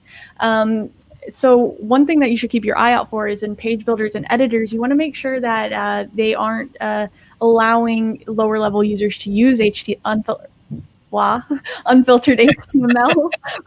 So one thing that we have found a couple times is, well, one of them I found was it actually disabled the filtering protection for those lower level users. So it allowed lower level users to inject cross-site scripting and such. So that's not good. So just make sure that, page builders and stuff, or anything that adds functionality to posts and pages, is not allowing users lower than editors and administrators from being able to add, scripting tags and stuff. And then I have a bunch of examples in here, and then checklist down here. Again, I'm going to finish this up and make it look a little bit nicer, and then I'll share it with everyone as a template so that you can use this down the road. Is there anything you want to add to this, Ram? No, I think you've covered the really core stuff. So awesome. So should we chat about SQL injection? Yes. So let's say our unsanitized input check, we'll say it's passed and it's secured.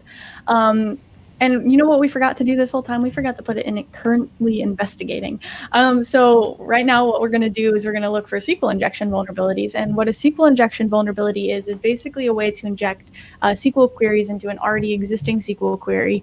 And so a SQL query, I guess, first of all, is a way to retrieve data from a database by running commands. So your database in WordPress stores pretty much everything. It's got your WordPress users and passwords. It's got your site settings. It's got your blog posts and pages. It's got everything in there. So it's very important that you don't allow attackers to be able to exploit a SQL injection vulnerability. So they can't get, users' passwords and usernames and such. And those passwords are stored as hashes, which means like you can't read them in plain text.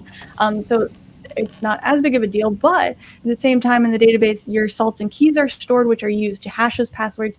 So yeah, that's just something to keep in mind. And that's why SQL injection vulnerabilities should be protected against. Does that make sense? Make sure I didn't. Yeah. So lots of sensitive stuff in the database. It is really, as Chloe said, the main place, perhaps even the only place where most data is stored for WordPress. And if an attacker is able to gain access to read from that database or modify anything in that database, you're in big trouble. And so the idea of a SQL injection is to just, if you're a threat researcher or an attacker, to gain the ability to read and or write directly from or to the database, which is a big security issue. Yeah. And so what you want to look for is you want to look for any usage of these functions. So get results, query, get row, get var, get call. You look for those and see if they have what's called prepare, the prepare function. And what that does is it prepares a statement so that arbitrary SQL queries can't be injected into those statements. So essentially what you're doing is you're looking for these things, seeing if a prepare statement is there. If a prepare statement is not there, then you need to check and see if it's using any sanitization on the variables that are being supplied. Okay, let me back up for a second. So what you want to do is you want to look for these. You want to see if any user input is being supplied to these functions, first of all. If they are, then you want to make sure that it's being prepared with a prepare statement. So that's just prepare in parentheses. And then you want to, if it doesn't have prepare, then you want to see if that variable that's being supplied by users is being sanitized. I can't speak today. Sanitized or escaped. And if it's being escaped, and there are single quotes in the query, then you should be good to go. And that should technically be secure. But then again, I would still recommend using Prepare, because that's, the de facto standard for making sure that you're running secure SQL queries in the back end. So what so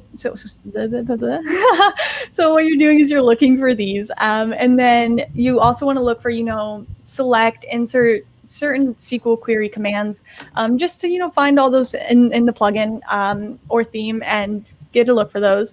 And then an important thing to remember is if a user supplied variable is sanitized with escape SQL, if there aren't single quotes in the query, you can still actually run you can still exploit SQL injection, because what escape SQL is doing is it's removing those single quotes from any type of input. And so if there aren't any single quotes in the query, then technically there's nothing that needs to be sanitized, and therefore you can inject SQL queries on top of the already existing SQL queries. So yeah, that's something to keep in mind. Ram, do you have anything to add to that? Oh, just that the reason for that is that SQL has all sorts of weird extra ways of, asking the database for information that don't use quotes if you really want it to. So, and all sorts of weird ways of accessing data that aren't obvious, like saying, hey, why don't you fall asleep for 10 seconds if I guessed right, or get back to me right away if I guessed wrong. Blind SQL injection. Yeah. My brain's gone blank. What's the tool in Kali? Is it SQL Inject or SQL Map? Yeah, that is amazing. If you're interested in playing with an automated SQL injection tool to kind of fuzz a site and see if you can find an exploit. Yeah. So guys, we've been going for an hour and 20 minutes. I think we might be able to continue on and wrap this up in 20, but I just wanted to check in, Chloe, if you're wondering why your tongue is failing you. You've been going for an hour and 20 minutes, which is pretty impressive. Do you want to keep going, or should we sort of pause here and pick it up next week? What are you thinking? I think I'm fine with going. Graham, are you cool with going still? Yeah, let's do it. Yeah. All right. Power through. So I think you're going to jump to your Trello board at this point, and then we're going to dive into deserialization. We just covered the SQL injection flaws in the Trello board. We'll just say that SQL injections were secured, so I'm moving it to fully checked and secured over here. And now we can go ahead and talk about deserialization flaws. Ram, you're really good at explaining this, so do you want to take it from here? Yeah. So Ram, can I just do a little preamble here for the non-devs? I'm not going to, don't worry, I'm not going to steal your thunder. But just in terms of what deserialization is, if you're writing object-oriented code, you're creating objects that exist in memory, and those just often represent real-world things, like, for example, a user record. You'll often need to store that information in a database or in some other storage mechanism. And when you do that, you're taking this thing that exists in memory and you're turning it into a format that you can store, and that's called serialization. When you retrieve that record and you turn it back into an object, that's called deserialization. Sorry, Ram, I just wanted to kind of lay the groundwork. You totally stole my thunder. Totally. No, actually, that was a great explanation. I'm looking at the thunder on the page here. I didn't steal any of it. No, that was a great explanation, actually. Yeah. Spot on. So go ahead. What is a deserialization flaw? Okay, so I think Chloe's probably going to show you that the main thing you want to check for is the use of the function unserialize. But anytime you unserialize data, PHP basically just sort of trusts it automatically. And there's a bunch of what we call magic methods in PHP that automatically run anytime data is unserialized to check if they need to do anything. So, there's something called wake up, which happens whenever something's unserialized, just to check if it needs to do anything. If there's the destructor method, which happens anytime, an object decides that it's done doing whatever it needs to be doing. So, if you feed an application a serialized object like Mark was describing, you take an object that you as an attacker have crafted to do a specific thing, and then you feed it into a program, it gets unserialized, then that object will act just like it was there the whole time, and when it gets destroyed, it'll run through the destruction process. And if you can change what the properties of that object are, let's say that, originally the destruction process removes like some log file. If you can change that log file to say like your WordPress config file, then hey, your site's gone, and an attacker can now set it up from scratch pointing to their own database, and now they own your site. Right. So I go to your site, Ram, and I'm wanting to hack it. And what I do is I sidle up to it and say, hey, site, here's something that's a serialized object. Why don't you go ahead and deserialize that and load it into memory? And by the very nature of PHP, certain methods, which are just a fancy name for functions in object-oriented programming, will be executed. And they're executing my malicious methods, and all kinds of badness happens, right? Pretty much, yeah. And I mean, there's a bit more to go into. That is to say that a lot of the time you'll see unserialization on untrusted data is completely different from what you actually need to do to exploit it. So not all unserialization vulnerabilities are immediately bad. It's just that you don't know what else is running on the site. So like one of Chloe's recent finds. Yeah. Where you had an object injection and it didn't have any of its own vulnerabilities, but you could also use a separate set of vulnerabilities in that plugin to install whatever plugins you wanted. So, you could use it to install a vulnerable plugin that you could then exploit with that object injection. Yep. Awesome. So, Chloe, what should a threat researcher look for when finding deserialization flaws? Yeah, so I'll share my screen again. And so what we should look for is under things to check for, I have check for deserialization flaws. And so what you want to do is you want to check for any usage of unserialized, or maybe unserialized is another one, I believe. So you want to check for any usage of those. And then you want to make sure that you want to check to see if any user supplied input is being used there, because if so, it could be unserialized. You can put objects. We just covered that. So you want to take a look and try and find that. And if you do find an instance of unserialized in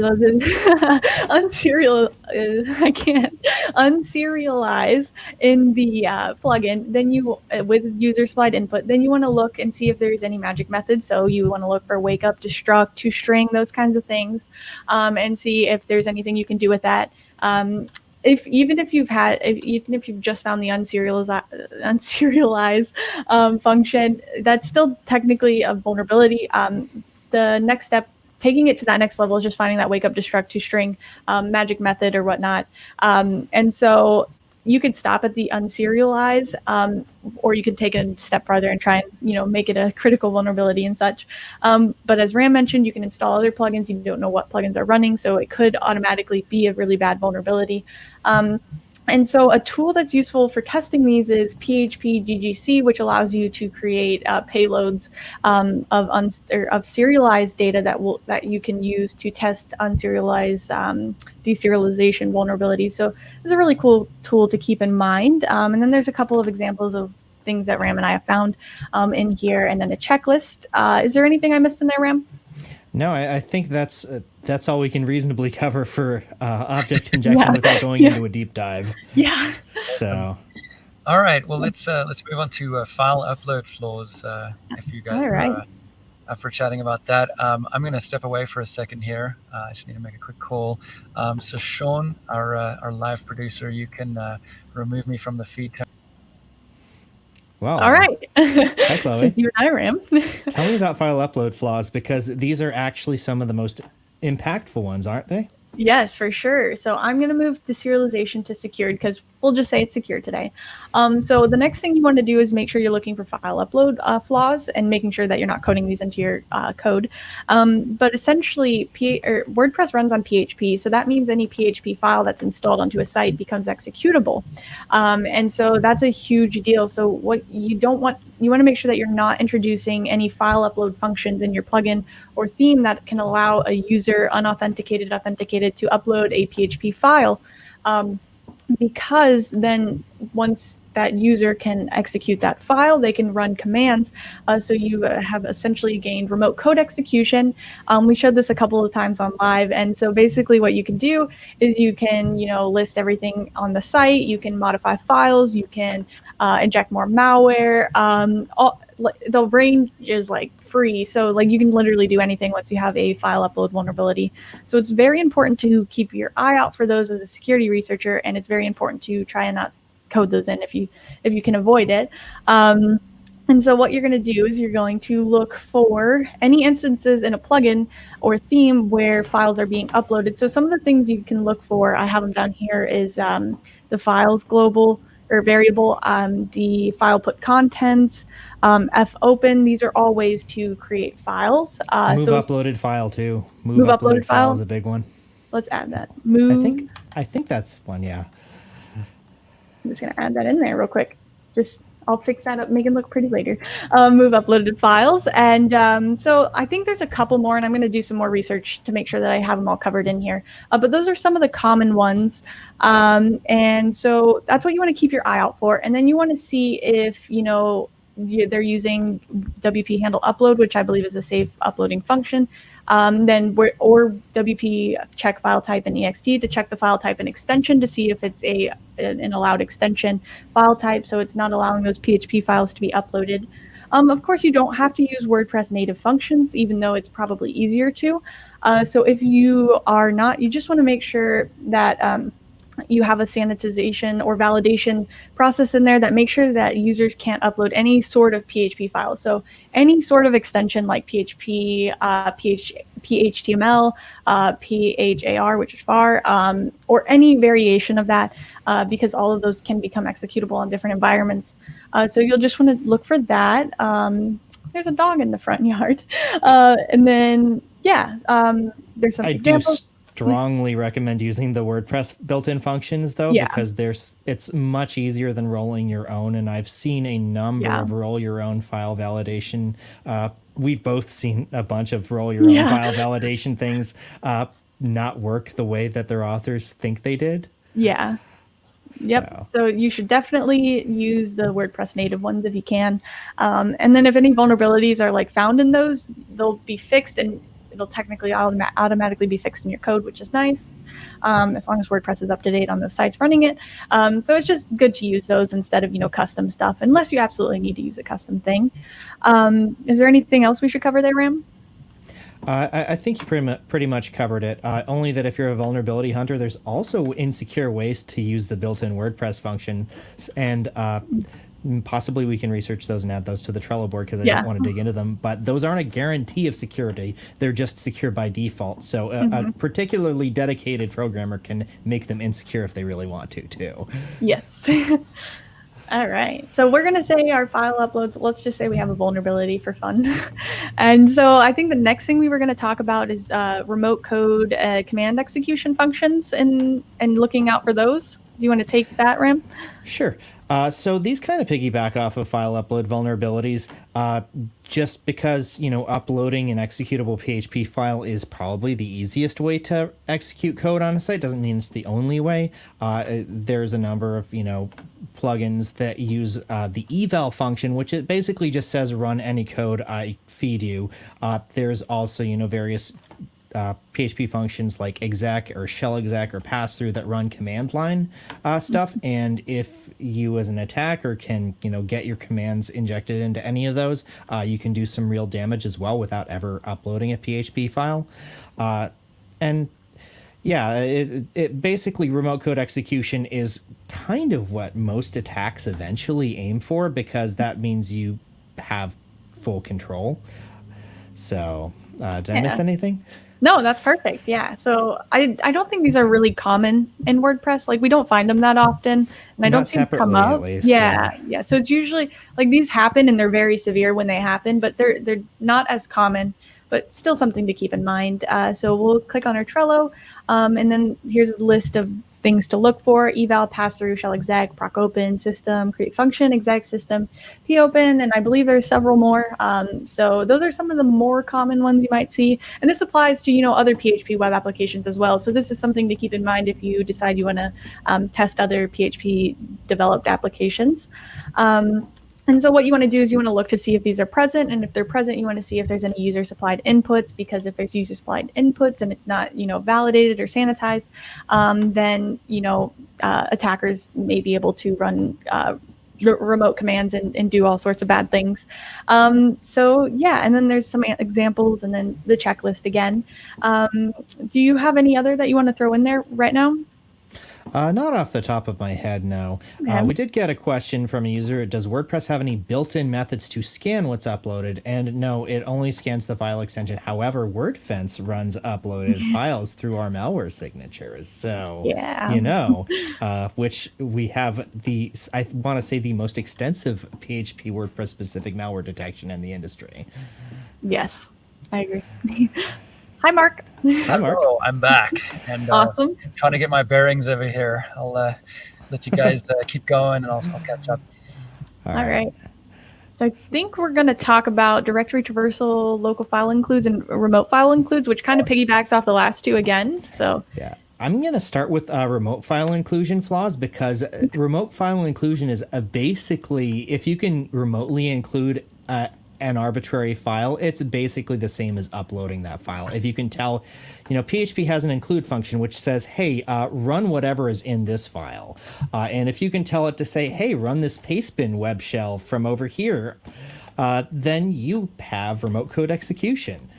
But, directory traversal and local file includes are also fairly detrimental.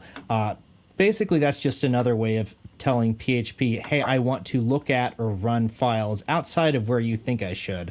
So it's fairly common there's a specific syntax you can go ... and that's basically telling it, I want to look at one directory up from here. And you can use that to sort of wander through the site and, maybe look at what's in the WP config file if you want to grab stuff like database passwords. Or you can, if you know that there's a particular file that is vulnerable, you can tell PHP to include that vulnerable file even if you couldn't access it directly some other way. Sure. So yeah, you can use it for all sorts of stuff, but it's very situation dependent. Chloe, what would a threat researcher look for if they're looking for LFI and RFI flaws at your directory? Let's see. So I'll share my Trello board again. So the most common things to look for are going to be include once, require once. And again, you're looking for any instances where like user supplied input can be used instead of, because include and require are often used in plugins and themes to load files and such. So you just want to make sure that there's no user supplied inputs there, so users can't supply, remote files and such. And then you want to look for file get contents, fopen, read file, fpass through, wp delete file, unlink. Those are more for like directory traversal, reading arbitrary files and such. So those are the things you want to look for, and you want to make sure that there's no user supplied input, so users can't supply their own files or remotely or locally. So that's what you should keep an eye out for there. There's a couple examples again. Do you have anything to add to that, Ram? Oh, yeah, I totally forgot about that. But yeah, you can use it for, deleting files too, just like we talked about with object injection. You delete certain files and the website belongs to the attacker. Yeah. So you're really looking for a path that an attacker can establish from providing input to functions in PHP that I'm suffering from this functions in PHP that manipulate files, right? Exactly. Yeah. Cool. Yeah. All right. So why don't we move on to sensitive information disclosure? What's that about? Yeah. All right. So I'll share my screen again. Just keep doing that. And so we are going to move our directory traversal over to, we'll say it's secured and fully checked. And so now what we want to do is check for sensitive information disclosures. And so I've kind of made this blanket for this. And what I mean by sensitive information disclosures is sensitive information and technically nonce disclosures, because that's something to keep in mind, even though that's not technically sensitive information. But sensitive. Is it? Yeah, I'd call nonce specific to like a certain degree. panel, definitely sensitive information. If the nonce is all that's standing between you and accessing like the settings, that's sensitive. That's what I was going to say. It's one step, one additional step closer. Okay. I didn't know if we should call it sensitive information or not, so we'll just go and say it is sensitive information. And so what you're looking for here is you're looking for, auth keys that can be found in the admin dashboard. There was WP Central like a year ago. There was a disclosure of the auth key there that could allow attackers to log into a site as an administrator. So you want to look for auth keys, sensitive keys in there, and you could do that by like viewing the page source. So I'll just go give you an example. Go to the dashboard, and you go ahead and being really slow.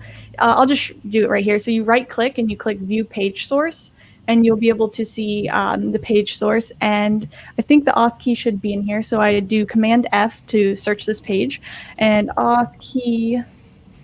As security researchers, we kind of make a habit out of viewing the source of like most of the pages we visit at some point or another, just to see what kind of stuff is in there.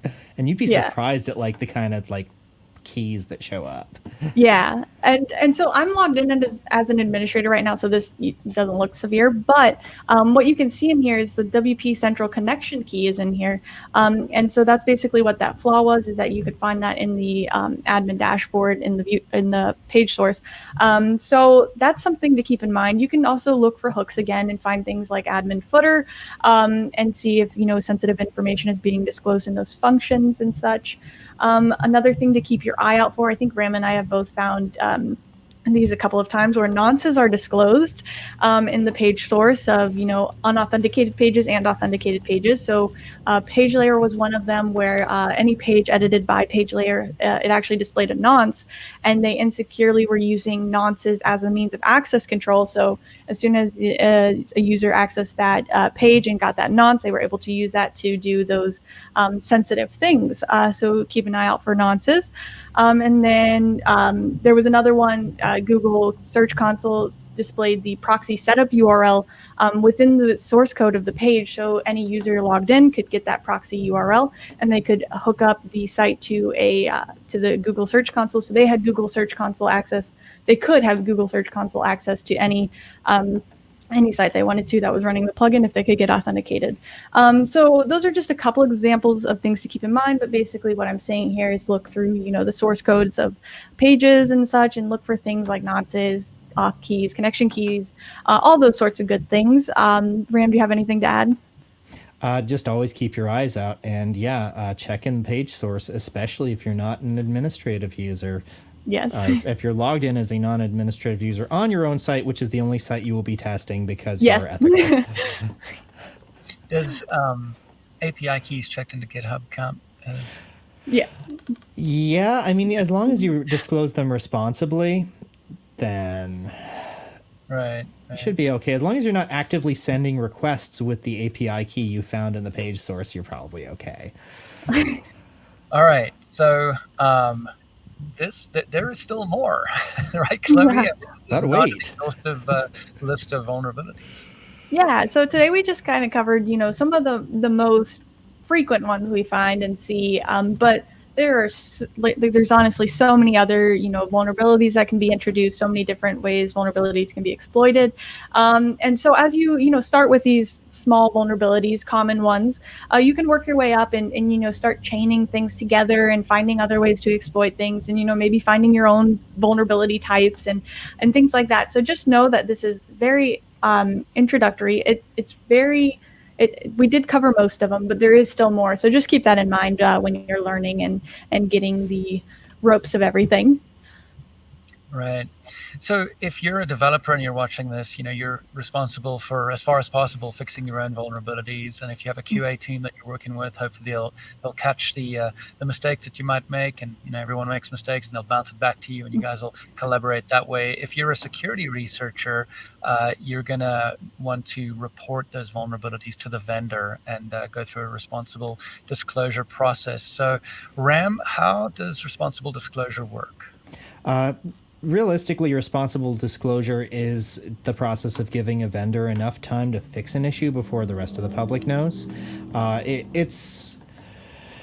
It's making sure that, the first person you tell is the person who can get the vulnerability fixed. Because if you let attackers know before that, or if you leak that information out before the vulnerability has a chance to get fixed, then all of a sudden you have a 0 day on your hands. And so that's why it's super important to at least give, I want to say a little bit of runway for the plugin developers or authors or publishers to patch the issue before someone else can find out about it and start attacking it. Right. So the sequence of events there will generally be you reach out to the vendor confidentially, you let them know that there's a vulnerability, you kind of collaborate on a timeline. They'll fix it within that timeline, and then release that fix to the customers and give those customers time to upgrade before you then release your research, right? Exactly. And I mean, you should always include stuff like, if you can, a working proof of concept, or at least, lines of code where the vulnerable function is, or like a description of how it's vulnerable and what exactly you need to do to take advantage of it. If you can, include like, your estimated severity score, CVSS score, what version of WordPress you tested on, and, a recommended solution, what they should implement to patch the vulnerability. At least that's what we do. Cool. And So also a time frame for how soon they need to fix it before you're just going to up and tell someone else. In this case, we tell the WordPress plugin directory or the marketplace that sells the plugin, but so there is a second authority so that the plugin can get pulled. But in some cases, if there is no higher authority, sometimes you just have to release it to the world if you've waited more than like 6 months. All right. So, always, as I said before in this show, be courteous, professional, and calm and patient with some vendors. Sometimes vendors don't have a process. They're kind of new to the whole receiving a vulnerability report thing. So try to lead by keeping the conversation collegial. Chloe, what does one do if you can't get hold of a vendor?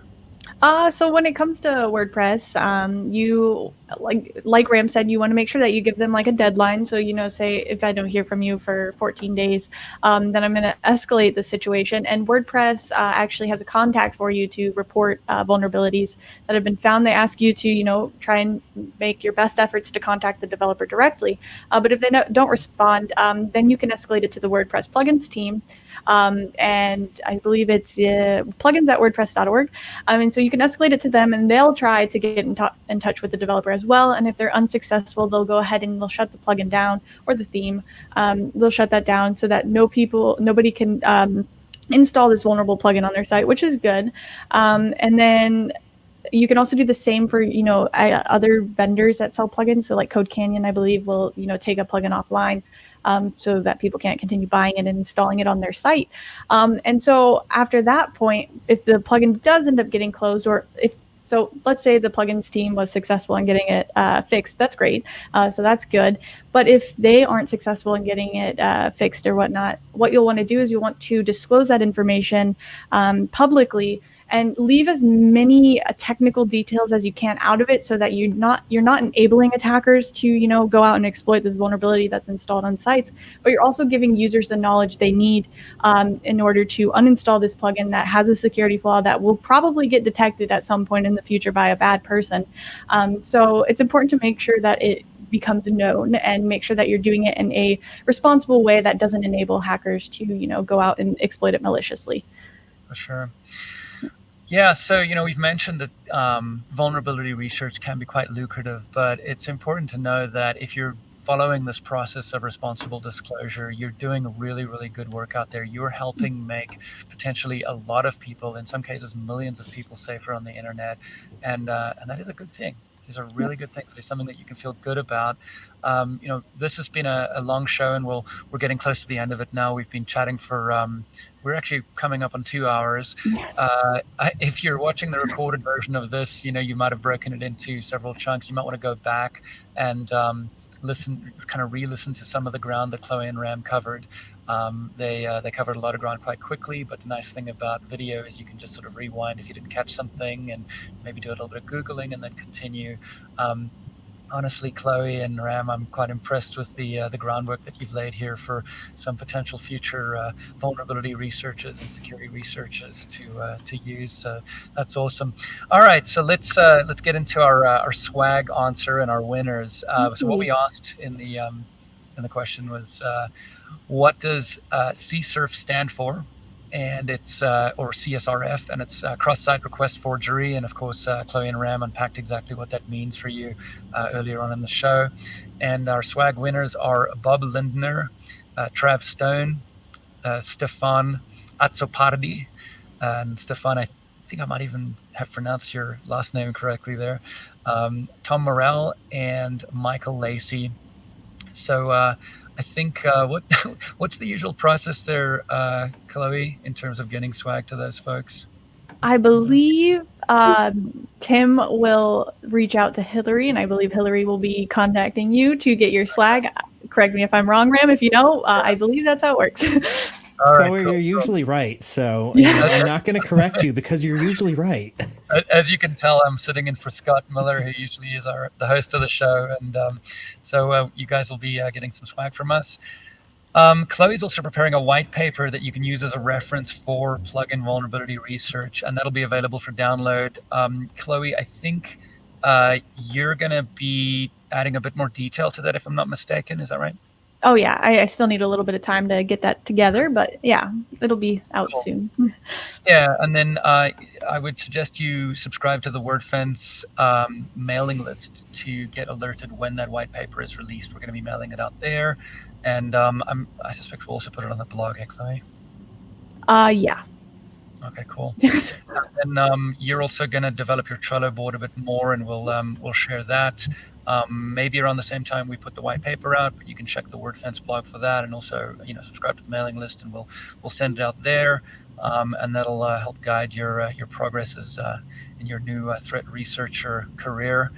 All You right, can so all to be learn, badass hackers. right? Yeah, really badass hackers, not script kiddies that are using other people's exploits, but actually finding and developing your own, and then making the internet safer that way. So, all right. So to learn more about Wordfence, just visit wordfence.com. You can follow Chloe on Twitter at InfosecChloe. I'm actually going to spell that out because Chloe is going to be sharing a lot of her research there, as well as the white paper and the Trello board. So that's info and then SECC HLOE, so 2 C's in InfoSec Chloe. And then we're hiring. Our company name, our sort of parent company, is defiant.com, or Defiant, and you can visit our corporate website at defiant.com, defiant.com. And if you go to /employment, you can see where we have roles open. We actually have a lot of roles open right now. We're growing like crazy, and if you're interested in the cybersecurity field, either as a developer or in operations or in research, we'd love to hear from you. So definitely reach out, check out those roles there. You can find our blog at wordfence.com/blog. And of course, you can follow Wordfence on Twitter at Wordfence. So thanks everyone for joining today. It's been a long one. If you stayed with us, we're so happy to have you that you joined us and that you watched the entire show. And I hope this has really empowered you, whether you're considering a career as a threat researcher or you just wanted to kind of learn a little bit more about how we do things. I hope you've enjoyed it very much. Thanks so much for coming. Thanks for Chloe and Ram. Chloe, I know you put a lot of research into this. Ram, you too. And also want to thank our team behind the scenes, Emily, our producer, Kathy, our executive producer, Sean on the live editing board. You guys did an amazing job. Of course, Tim and the rest of the team that also Don't helps. forget Adam. Yeah. And Adam. Thank you very much, Adam. We really appreciate your contributions. Have a wonderful week, everyone, and we'll see you next week. Bye. Bye. Thank you, everyone.